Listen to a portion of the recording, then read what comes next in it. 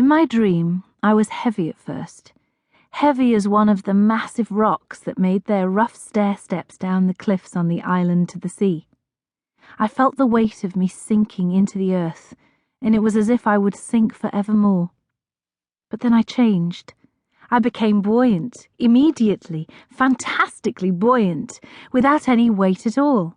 I rose in a mist, in smoke, silvery curls that shone translucent in the moonlight, rising, rising. Free to flow beyond windows and walls, free to descend into the unknown depths of a very dark woods. I was in flight, the air pushed by an owl's wings, the breeze off the sea that ruffled bracken and oak leaves.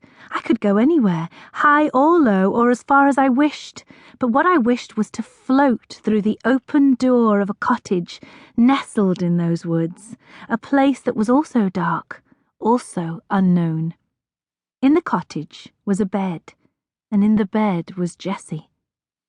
His eyes were closed, his lips were parted.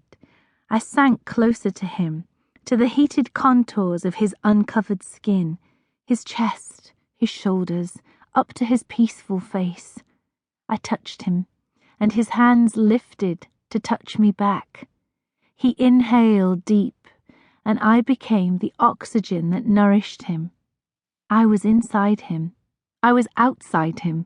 My lips were on his, and our kiss pulled me back into weight, but not as a stone.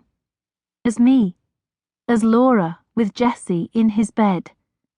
Our arms locked, our bodies pressed into one, his hair a golden sift against my throat, his unshaven cheek on mine, deliciously, wonderfully rough. The sheets knotted around us, our kisses, his tongue, his hands stroking my back and arms and down, following the curves of me, cupping me, cradling. I was empty and full at once. I was the opening flower, the ripe berry ready to burst. I wanted more of him and could not get more. We were already so close our bodies slipped slick together. "Beloved," murmured the voice that lived inside me, tender as I'd never heard it before. "I've missed you. I've waited so long." His eyes opened and he smiled at me, a green summer storm, a shadowed eternity there in his gaze. "You already know that I love you," Jessie said, and in that instant I awoke. Alone, in my own bed, plain Lora again. Every bit of me aching and aflame. Saturday edged nearer. I tried not to think about it, but it ate away at me anyway, ever gnawing at the back of my thoughts. I endured my classes.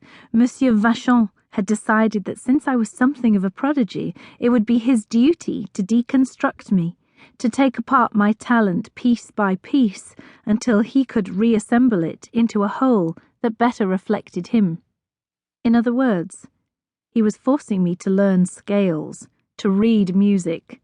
I was as clumsy at it as the 10-year-olds in his beginner's class, but at least it required something most of my other lessons did not: absolute concentration. Otherwise, my thoughts were flurried. An unpleasant tightness had lodged in my chest and it would not leave. Even the fiend could not make it leave. History, art, French. I'd stare at my textbooks and see nothing. I'd stare at my teachers and see nothing. At the walls, at my supper. Saturday tea was looming, Judgment Day, 4 days away. God knew what would happen to me if the Duke didn't like me. If Chloe decided to openly shame me. If Armand kept up his focused, uncomfortable attentions. If I used the wrong spoon for the sugar, or sneezed on the scones, or knocked over a priceless vase. 3 days. 2. 1. I said, pass the butter. Melinda was the unfortunate soul assigned to the seat.